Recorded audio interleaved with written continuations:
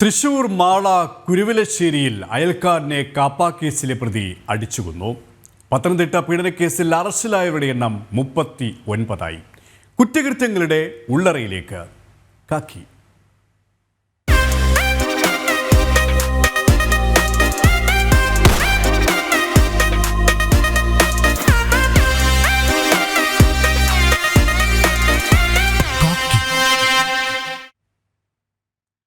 മലയാളി മനസാക്ഷിയെ ഞെട്ടിച്ച പത്തനംതിട്ട പീഡനക്കേസിൽ അറസ്റ്റിലായവരുടെ എണ്ണം 39.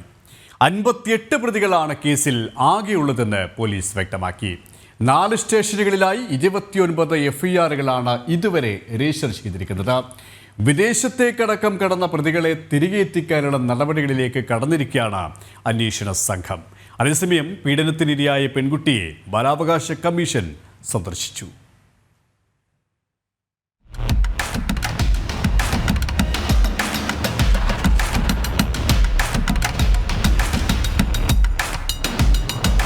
പത്തനംതിട്ട ജനറൽ ആശുപത്രി ഉൾപ്പെടെയുള്ള സ്ഥലങ്ങളിൽ വെച്ച് പീഡനം നടന്നുവെന്ന ഞെട്ടിക്കുന്ന വിവരം. എത്രയും വേഗം കൂടുതൽ പ്രതികളിലേക്ക് എത്താനുള്ള പോലീസിന്റെ ശ്രമം. ജോലി ആവശ്യത്തിനും മറ്റും വിദേശത്തേക്ക് പോയ പ്രതികളെ തിരികെ കൊണ്ടുവരാനുള്ള പോലീസിന് മുന്നിലെ വെല്ലുവിളി. കേരളത്തെ ലജ്ജിപ്പിച്ച പത്തനംതിട്ട പീഡനക്കേസ് അന്വേഷണം ഇങ്ങനെ നീളുന്നു. 62 പേർ ലൈംഗിക ചൂഷണം ചെയ്തു എന്ന പെൺകുട്ടിയുടെ മൊഴിയിൽ 58 പേർക്കെതിരെ പോലീസ് തെളിവുകൾ ശേഖരിച്ചു. പെൺകുട്ടി ഉപയോഗിച്ച മൊബൈൽ ഫോൺ, കുട്ടിയുടെ ഡയറി കുറിപ്പുകൾ എന്നിവയിൽ നിന്ന് ലഭിച്ച വിവരങ്ങളുടെ അടിസ്ഥാനത്തിലാണ് 58 പ്രതികളെന്ന നിഗമനത്തിലേക്ക് പോലീസ് എത്തിയത്. പത്തനംതിട്ട, ഇലവന്തിട്ട, പന്തളം, മലയാലപ്പുഴ സ്റ്റേഷനുകളിലായി 29 FIRകൾ കേസിൽ ആകെ രജിസ്റ്റർ ചെയ്തു. കേസിന്റെ ഗൗരവം പരിഗണിച്ച് അന്വേഷണ മേൽനോട്ട ചുമതല DIG അജിത ബീഗത്തിന് നൽകിയിരുന്നു. ദേശീയ സംസ്ഥാന വനിതാ കമ്മീഷനുകളും കേസന്വേഷണം നിരീക്ഷിക്കുന്നുണ്ട്. ജനം, പത്തനംതിട്ട. കണ്ണൂർ ധർമ്മടത്ത് RSS പ്രവർത്തകന് നേരെ CPM ആക്രമം. RSS പ്രവർത്തകനായ ആദിത്യനാണ് പരിക്കേറ്റത്. 2 ബൈക്കുകളിലെത്തിയ 6 അംഗ സംഘമാണ് ആക്രമണം നടത്തിയത്. അക്രമികളുടെ CCTV ദൃശ്യങ്ങൾ പുറത്ത്.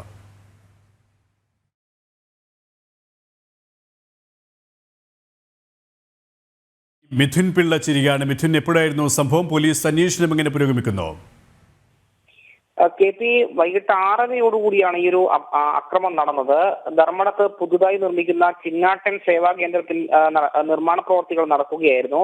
ഇതിനിടയിലാണ് 2 ബൈക്കുകളിലായി 6 അംഗ CPM അക്രമി സംഘം ഈ ഒരു പ്രദേശത്തേക്ക് കടന്നെത്തുകയും അവിടെ പ്രവർത്തികൾ നിരീക്ഷിച്ചുകൊണ്ടിരുന്ന RSS പ്രവർത്തകനായ ആദിത്യന് നേരെ അക്രമം അഴിച്ചുവിടുകയുമായിരുന്നു.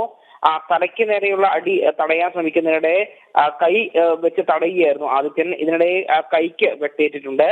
കൈക്ക് ഇപ്പോൾ പരിക്കേറ്റ ആദിത്യനെ തലശ്ശേരിയിലെ സ്വകാര്യ ആശുപത്രിയിൽ പ്രവേശിപ്പിച്ചിരിക്കുകയാണ്. ഈ സാമിക്കുന്ന് എന്ന് പറയുന്ന സ്ഥലത്തെ സ്ഥിരം അക്രമി സംഘങ്ങളാണ് ഈ അക്രമം നടത്തിയതെന്നാണ് BJP ഇപ്പോൾ ആരോപിച്ചിരിക്കുന്നത്. CPM പ്രവർത്തകരായ പ്രിയദേവ്, അതുപോലെ തന്നെ ഏതാനും നാളുകൾക്ക് മുമ്പ് കണ്ണൂർ വിമാനത്താവളത്തിൽ വെച്ച് മദ്യപിച്ച് ബഹളമുണ്ടാക്കിയ CPM പ്രവർത്തകനായ അതുൽ പവിത്രൻ, മിഥുൻ, സായി കിരൺ, സജേഷ്, അശ്വിൻ അശോക് എന്നിവരാണ് ഈ ആദിത്യനെ ആക്രമിച്ചതെന്ന ഒരു പരാതിയാണ് ഇപ്പോൾ ഉയർന്നിരിക്കുന്നത്. ഇവരെ പിടികൂടാൻ പോലീസിന് സാധിച്ചിട്ടുണ്ടോ? KP നിലവിൽ ഈ പ്രതികളെ സംബന്ധിച്ച് അന്വേഷണം പോലീസ് നടത്തുകയാണ്. ഇതിനിടയിലാണ് ഇവർ ഈ അക്രമത്തിനായി 2 ബൈക്കുകളിലെത്തുന്ന CCTV ദൃശ്യങ്ങളും അതിനുശേഷം മടങ്ങിപ്പോകുന്നതുമായ ദൃശ്യങ്ങൾ പുറത്തു വന്നത്. ഇതിന് സംഭവവുമായി ബന്ധപ്പെട്ട് ധർമ്മടം പോലീസ് ഇപ്പോൾ അന്വേഷണം ആരംഭിച്ചിട്ടുണ്ട്. അതേസമയം ഈ സമാധാന അന്തരീക്ഷം നിലനിൽക്കുന്ന പ്രദേശത്ത് CPM മനഃപൂർവ്വം അക്രമം അഴിച്ചുവിടാനുള്ള ശ്രമത്തിന്റെ ഭാഗമായിട്ടാണ് ഇത്തരമൊരു അക്രമം അഴിച്ചുവിട്ട ഒരു ആരോപണവുമായി BJPയും രംഗത്ത് വന്നിട്ടുണ്ട്. KP, കണ്ണൂർ ധർമ്മടത്താണ് RSS പ്രവർത്തകന് നേരെ CPMന്റെ ആക്രമണം ഉണ്ടായിരിക്കുന്നത്. വിശദാംശങ്ങളാണ് മിഥുൻ പിള്ള നൽകിയത്. തൃശൂർ മാള കുരുവിലശ്ശേരിയിൽ അയൽക്കാരനെ കാപ്പ കേസിലെ പ്രതി അടിച്ചുകൊന്നു. മാള കുരുവിലശ്ശേരിയിൽ ചക്കാട്ടി തോമസിനെയാണ് അയൽവാസിയും കാപ്പ കേസിലെ പ്രതിയുമായ വടാശ്ശേരി വീട്ടിൽ പ്രമോദ് പലക കൊണ്ട് അടിച്ചു കൊലപ്പെടുത്തിയത്. സംഭവത്തിന് ശേഷം രക്ഷപ്പെടാൻ ശ്രമിക്കുന്നതിനിടെ പ്രമോദിനെ മാള പോലീസ് പിടികൂടി.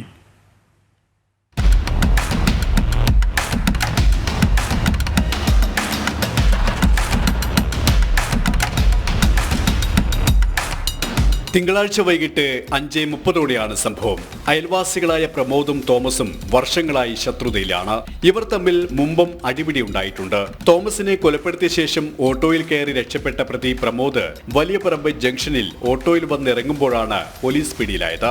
ഇരുവരും തമ്മിൽ വർഷങ്ങളായി പ്രശ്നങ്ങളുണ്ടെന്നും കൊലപാതകത്തിലേക്ക് എത്താനിടയായ സാഹചര്യം ചോദ്യം ചെയ്തതിനു ശേഷമേ പറയാൻ സാധിക്കൂ എന്നും പോലീസ് പറഞ്ഞു. മരപ്പലകയും കോൺക്രീറ്റ് കഷ്ണവും ഉപയോഗിച്ചായിരുന്നു ആക്രമണം. തോമസിന്റെ 2 കാലുകൾ ഒരു കൈയും പ്രതി തല്ലിയൊടിച്ചു. തലയിലും സാരമായി പരിക്കേറ്റ തോമസ് സംഭവ സ്ഥലത്ത് വെച്ച് തന്നെ മരിച്ചു. ജനം, തൃശൂർ. ബാംഗ്ലൂരുവിൽ പശുക്കളുടെ അകിട് അറുത്തു മാറ്റിയ സംഭവത്തിൽ ഒരാൾ പിടിയിൽ. 30-കാരനായ ഷെയ്ഖ് നാസിറാണ് പിടിയിലായത്. മദ്യപിച്ച് ലക്കുകെട്ടാണ് ഇയാൾ പശുക്കളോട് ക്രൂരത കാണിച്ചതെന്ന് പോലീസ് പറഞ്ഞു. പ്രതിയെ റിമാൻഡ് ചെയ്ത് ജുഡീഷ്യൽ കസ്റ്റഡിയിൽ വിട്ടു.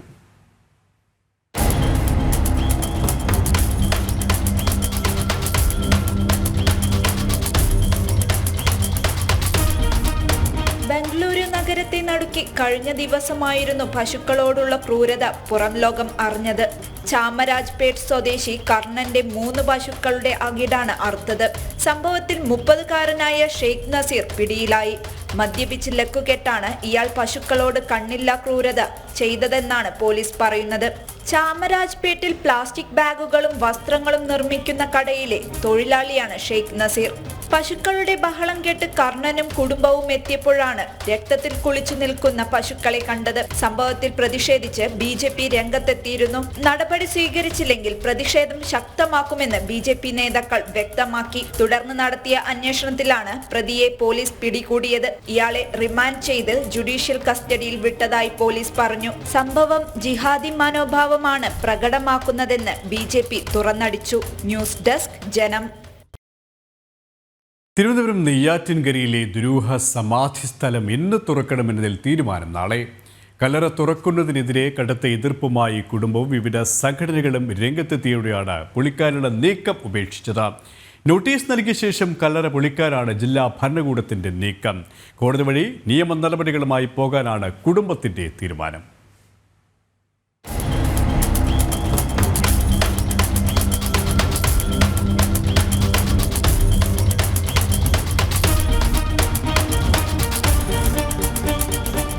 സമാധി സ്ഥലം തുറക്കാനുള്ള പോലീസ് നീക്കത്തിനെതിരെ കടുത്ത പ്രതിഷേധമാണ് ഉയർന്നത്. കല്ലറ പൊളിക്കണമെന്ന ആവശ്യവുമായി ഒരു വിഭാഗം നാട്ടുകാരും തടിച്ചുകൂടിയതോടെ സംഘർഷാവസ്ഥയായി.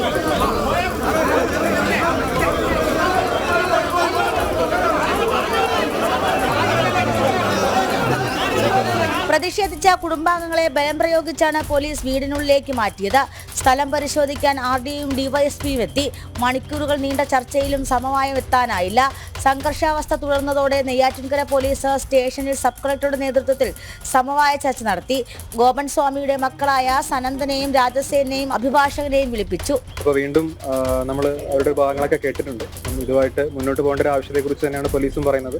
അപ്പം അതിൻ്റെ ഇതിൽ നമ്മൾ പുതിയൊരു ഡേറ്റ് നിശ്ചയിച്ചിട്ട് വീണ്ടും ഇതായിട്ട് മുന്നോട്ട് പോകും. അപ്പോൾ തൽക്കാലം അവിടുത്തെ ഒരു സിറ്റുവേഷൻ ഡിഫ്യൂസ് ആയി കഴിഞ്ഞിട്ട് നമ്മൾ ഇതുമായിട്ട് മുന്നോട്ട് പോകാനാണ് നിലവിലൊരു തീരുമാനം. അതിനുശേഷം ഒരു വിദഗ്ധ പരിശോധന നടത്തിയിട്ട് ഇതിലെന്തെങ്കിലും അസ്വാഭാവികത ഉണ്ടോ ഇല്ല എന്നുള്ളൊരു കാര്യം വ്യക്തമായിട്ട് ആവശ്യമുണ്ട്. അപ്പോൾ ഇതാണ് ഇതിൻ്റെ ഒരു ലീഗൽ ഗ്രൗണ്ട്. അവരോട് നമ്മൾ ലീഗൽ ആംഗിൾ പറഞ്ഞ് മനസ്സിലാക്കിയിട്ടുണ്ട്. DYSP അവരോട് സംസാരിച്ചിട്ടുണ്ട്, ഞാൻ സംസാരിച്ചിട്ടുണ്ട്. അവർ ഓക്കെ ആണെന്നുള്ളൊരു കാര്യം നമ്മൾ അവരോട് തന്നെ ചോദിക്കണം. പക്ഷെ നമ്മൾ അവരോട് ബന്ധപ്പെട്ട അഡ്വക്കേറ്റിന് നമ്മൾ കാര്യങ്ങളൊക്കെ പറഞ്ഞ് മനസ്സിലാക്കിയിട്ടുണ്ട്. കുറച്ച് പേരുടെങ്കിലും ആരോപണം ഇതിലിപ്പം റിലീജിയസ് ആംഗിൾ അല്ലെങ്കിൽ കമ്മ്യൂണൽ ആംഗിൾ കൊണ്ടുവരാൻ നോക്കുന്നുള്ളൊരു കാര്യമാണ്. നമ്മൾ പ്യുവർലി ലീഗൽ ബേസിസിൽ മാത്രമാണ് ചെയ്യുന്നത്. അപ്പോൾ അത്തരത്തിലുള്ളൊരു കാര്യങ്ങളായിട്ട് നമുക്ക് മുന്നോട്ട് പോയേ പറ്റുള്ളൂ. അപ്പം അതിന്റെ പോലീസിന്റെ റിപ്പോർട്ടിന്റെ അടിസ്ഥാനത്തിൽ നമുക്ക് ബാക്കി നടപടികൾ സ്വീകരിച്ചേ പറ്റുള്ളൂ. നെയ്യാറ്റിൻകര ആറാലുമൂട് സ്വദേശി 70 വയസ്സുകാരനായ ഗോപൻ സ്വാമി വ്യാഴാഴ്ചയാണ് മരണപ്പെട്ടത്. നാട്ടുകാർ ദുരൂഹത ആരോപിച്ചതിനെ തുടർന്നായിരുന്നു കല്ലറ തുറന്നു പരിശോധിക്കാനുള്ള തീരുമാനത്തിലേക്ക് എത്തിയത്. ജനം, തിരുവനന്തപുരം. തൃപ്പൂണിത്തുറയിൽ യുവാവിനെ ഹണി ട്രാപ്പിൽപ്പെടുത്തി പണവും വാഹനവും തട്ടിയെടുത്ത കേസിൽ കൂടുതൽ കണ്ണുകളിലേക്ക് അന്വേഷണം.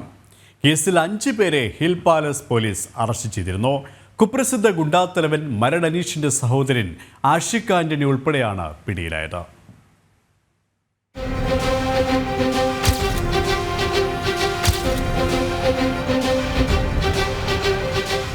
കുപ്രസിദ്ധ ഗുണ്ടാത്തലവൻ മരട് അനീഷിന്റെ സഹോദരൻ മരട് ആനിക്കാട്ടിൽ ആഷിഖ് ആന്റണി, സുറുമി തൊടുപുഴ സ്വദേശി തോമസ്, പത്തനംതിട്ട സ്വദേശിനിയും മരടിൽ താമസിക്കുകയും ചെയ്യുന്ന നേഹ ആഷിഖ്, നെട്ടൂരിൽ വാടകയ്ക്ക് താമസിക്കുന്ന ജിജി എന്നിവരായിരുന്നു പിടിയിലായത്. വൈക്കം സ്വദേശിയായ യുവാവിന്റെ പരാതിയിലായിരുന്നു കേസ്. കഴിഞ്ഞ ഒക്ടോബറിലാണ് ഹണി ട്രാപ്പിൽപ്പെടുത്തിയുള്ള കവർച്ച നടക്കുന്നത്. തൃപ്പൂണിത്തുറ മാർക്കറ്റിനടുത്തുള്ള ടൂറിസ്റ്റ് ഹോമിൽ മുറിയെടുത്ത ആഷിഖും സുറുമിയും പരാതിക്കാരന്റെ നമ്പറിലേക്ക് കോൾ ഗേൾ എന്ന് തെറ്റിദ്ധരിപ്പിച്ച് സുറുമിയുടെ നമ്പർ അയക്കുകയും സൗഹൃദം സ്ഥാപിച്ച് ലോഡ്ജിലെത്തിക്കുകയുമായിരുന്നു. പരാതിക്കാരൻ മുറിയിലെത്തിയപ്പോൾ തന്നെ വാതിലടയ്ക്കുകയും പുറത്തുനിന്ന് ആഷിഖും തോമസും വാതിൽ തള്ളിത്തുറന്ന് അകത്ത് കയറി ഭീഷണിപ്പെടുത്തി ദൃശ്യങ്ങൾ ചിത്രീകരിക്കുകയും ചെയ്തു. പിന്നീട് ഈ വീഡിയോ കാണിച്ച് പല തവണകളായി 13,500 രൂപ, മൊബൈൽ ഫോൺ, ബൈക്ക് എന്നിവ തട്ടിയെടുക്കുകയും ഭീഷണി തുടരുകയും ചെയ്തു. കേസിൽ മറ്റ് കണ്ണികളുണ്ടോ എന്നും ഇത്തരത്തിൽ മറ്റ് ആരിൽ നിന്നെങ്കിലും പണം കൈപ്പറ്റിയിട്ടുണ്ടോ എന്നും പോലീസ് അന്വേഷിക്കുന്നുണ്ട്. ജനം, കൊച്ചി. പാലക്കാട് കിഴക്കഞ്ചേരിയിൽ അജ്ഞാതർ വീടിന് തീയിട്ടതായി പരാതി. കിഴക്കഞ്ചേരി ഇരിക്കിൻ സ്വദേശി റിനി വർഗീസിന്റെ വീടിനാണ് തീയിട്ടത്. മണ്ണാർക്കാട് മൈലാറുംപാടത്തും വീടിന് തീപിടിച്ചു. കുമ്പളം പുഴയിൽ വീട്ടിൽ ഐസക്കിന്റെ വീടിനാണ് തീപിടിച്ചത്.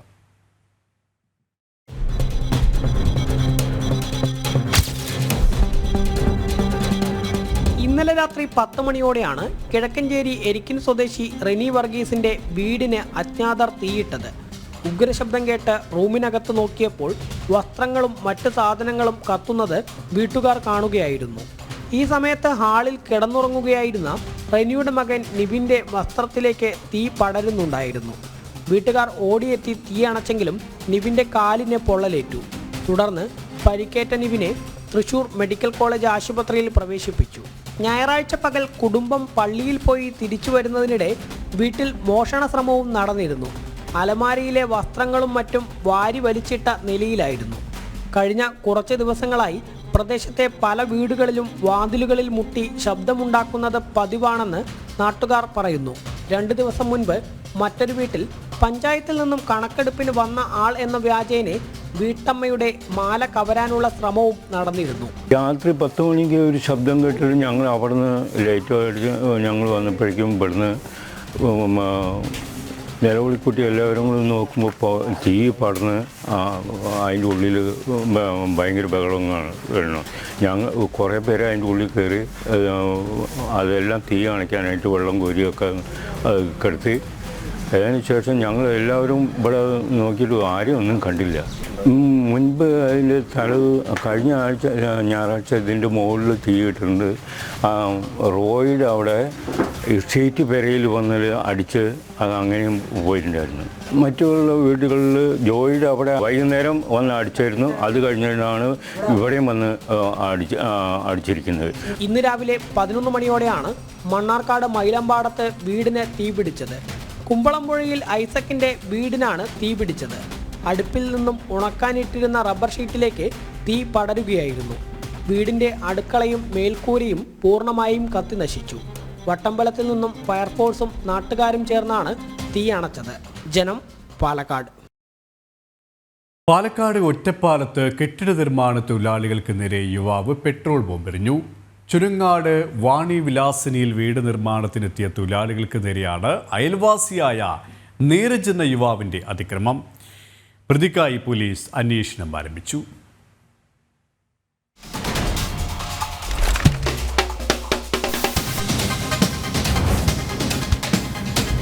ഇന്ന് പുലർച്ചെ 2:30ഓടെയാണ് സംഭവം.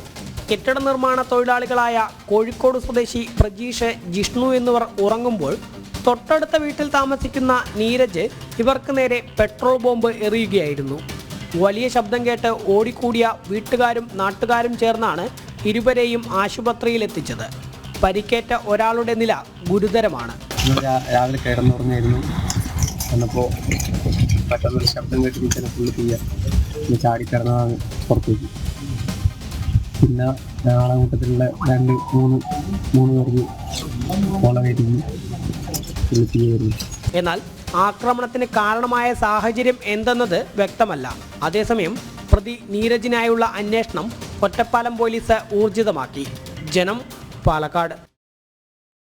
കോഴിക്കോട് മെഡിക്കൽ കോളേജിൽ ഗർഭിണിക്ക് മതിയായി ചികിത്സ ലഭിക്കാത്ത സംഭവത്തിൽ പ്രതിഷേധം ശക്തമാവുകയാണ്. പേരാമ്പ്ര സ്വദേശിയായ അനുശ്രീക്ക് കൃത്യമായ ചികിത്സ ലഭിക്കാത്തതിൽ പ്രതിഷേധിച്ച് സർവകക്ഷി ആക്ഷൻ കമ്മിറ്റിയുടെ നേതൃത്വത്തിൽ മെഡിക്കൽ കോളേജിന് മുന്നിൽ ബഹുജന സത്യാഗ്രഹം സംഘടിപ്പിച്ചു.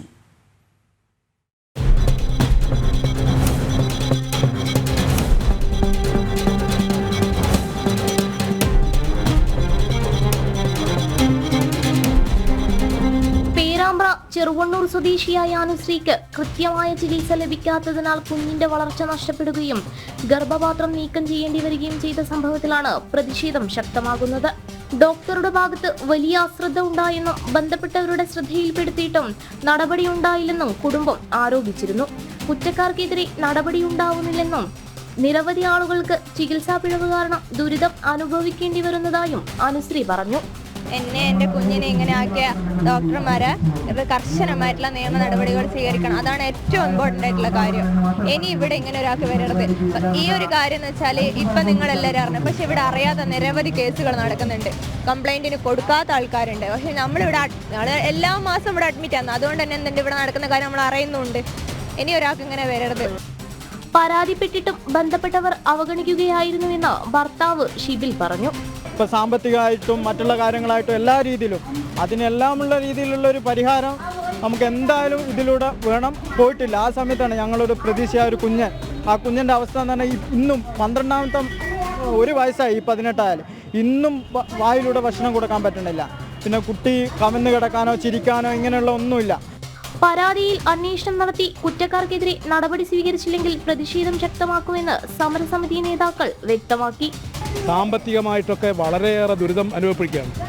അവരുടെ കെട്ടുതാലി പോലും പണയം വെച്ച്, അതോടൊപ്പം തന്നെ പിന്നെ പറമ്പ് പോലും ബാങ്കിൽ പണയം വെച്ചിട്ടൊക്കെയാണ് ഇവരിപ്പോൾ ഇതിൻ്റെ ചികിത്സാ ചെലവ് നടത്തുന്നത്. അപ്പോൾ ഇവർക്ക് എന്താണെന്ന് പറഞ്ഞാൽ മതിയായ നഷ്ടപരിഹാരം ഉണ്ടാകണം. ആ നഷ്ടപരിഹാരം ഉണ്ടാകാത്ത ഒരവസ്ഥ ഉണ്ടാകുകയാണെങ്കിൽ തീർച്ചയായും ഈ പ്രദേശത്ത് ഈ വന്നതിനേക്കാൾ ഇരട്ടിയായ ആളുകളെ സംഘടിപ്പിച്ചുകൊണ്ട് ശക്തമായ സമരം നടത്തി മുന്നോട്ട് പോകും. അനുശ്രീക്കും കുടുംബത്തിനും മതിയായ നഷ്ടപരിഹാരം നൽകണമെന്നും ബഹുജന സത്യാഗ്രഹത്തിൽ ആവശ്യമുയർന്നു. നിരവധി പേരാണ് പ്രതിഷേധ സമരത്തിൽ പങ്കെടുത്തത്. ജനം, കോഴിക്കോട്.